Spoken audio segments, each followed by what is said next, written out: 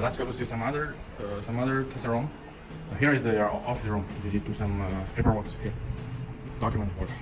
And this is a sample making room. Sample making room. Our technician is applying sealant on glass, and it seems that he will test the compatibility. Oh no, he's making a H-shape specimen. Other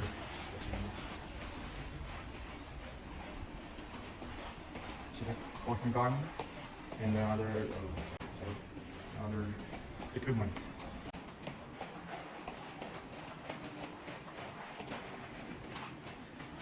Some second part to see the appearance, to see if we can find some bubbles and the cracks. You see the surface is flat, it's smooth and flat. It's a good appearance.